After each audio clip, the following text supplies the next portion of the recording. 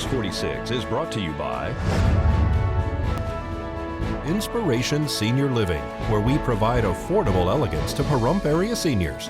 Give us a call at 751-2300 and make an appointment to tour our community. News is also brought to you by Bees Embroidery and Garment Printing, specializing in custom and personalized decoration of gifts, garments, and more. Call 775-727-9444. News is also brought to you by J.K. Nelson Law. Call 727-9900 today for your free consultation. If you need a lawyer, you need Nelson.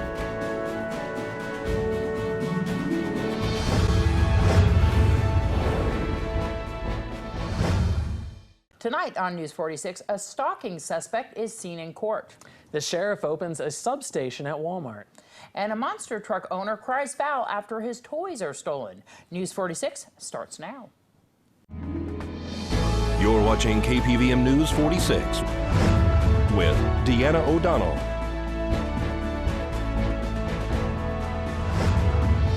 and Zach Reinert. News 46, local coverage you can count on. Good evening. It's Wednesday, December 30th, 2015. I'm Deanna O'Donnell. And I'm Zach Reinert for News 46. Bill Cosby was arrested today after he set foot in a Pennsylvania courtroom to face sexual assault charges from almost 12 years ago. The comedian posted bail and was released shortly after. Cosby's attorneys called the criminal case against him unjustified and vowed to fight it. Here is more with reporter Alicia Cook. In entertainment this week, Bill Cosby was arraigned Wednesday on sexual assault charges in relation to a 2004 accusation. Cosby did not enter a plea and bail was set at $1 million. A preliminary hearing has been set for January 14th. Cosby turned over his passport today during the hearing. Cosby, whose legacy as a comedian has been tarnished by multiple accusations of sexual assault, faces one felony charge of aggravated indecent assault. This is the first criminal charge levied against Cosby since the allegations first arose. Cosby has steadfastly denied any wrongdoing and has filed 2 separate suits on accusers for defamation. Legendary Motorhead frontman and bassist Lemmy has died following a short battle with cancer. He was 70 years old. Ian Lemmy Kilmister, who was also a member and sometime vocalist of the band Hawkwind in the 1970s, found that he was suffering from an extremely aggressive form of cancer on December 26, the day after Christmas. He died at home with his family. Madonna's son Rocco might not be happy with his mom, but the Material Girl wants him to know that he is the sunshine of her life. The pop star is currently embroiled in a custody battle over the 15-year-old who wants to live with his dad, filmmaker Guy Ritchie. Clearly, Madonna wants her son to know she is thinking of him. She posted a throwback photo of her son and wished him well. Merry Xmas to the sunshine of my life. Rocco wants to stay in London with his father, but a New York judge ordered him to return stateside to deal with the proceedings in court, and he needs to come back before school starts again. I am Alicia Cook, and that is your entertainment for the last week of 2015. To everyone, a very happy new year and best wishes for a fantastic 2016. The Pahrump man who allegedly attacked a Nye County Sheriff's Office deputy, then prompted a 2-day manhunt after allegedly stalking and harassing his estranged wife, stood before a judge again today.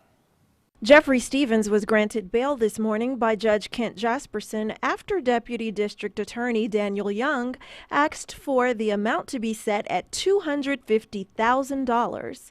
Today, Stevens told the judge that he understands all the charges he is facing. That long list now includes 11 new counts of violating the extended restraining order his wife, Teresa Incapero, had previously filed. The Nye County Sheriff's Office says after his arrest on Dahlia Street on Thursday, December 17th, Stevens called the local thrift store his wife owns and operates and her cell phone a total of 11 separate times from behind bars. Police say during one call, Jeffrey is heard telling Teresa that he knows he shouldn't be speaking with her. This after the 46-year-old suspect allegedly made threats at his wife's store with what's assumed to be this shotgun, which was later found covered in a grassy area near her store. Incaparo reported her finding to local police, who told her the gun was sent to Las Vegas for analysis.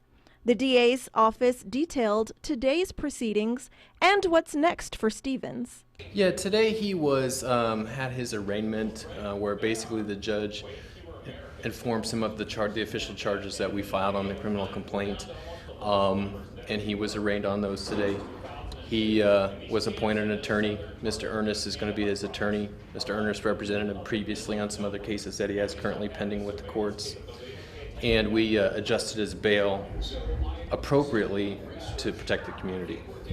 And what is that new bail amount? The bail total on his cases is that Judge Jasperson said is $250,000 cash only, or a $500,000 bond.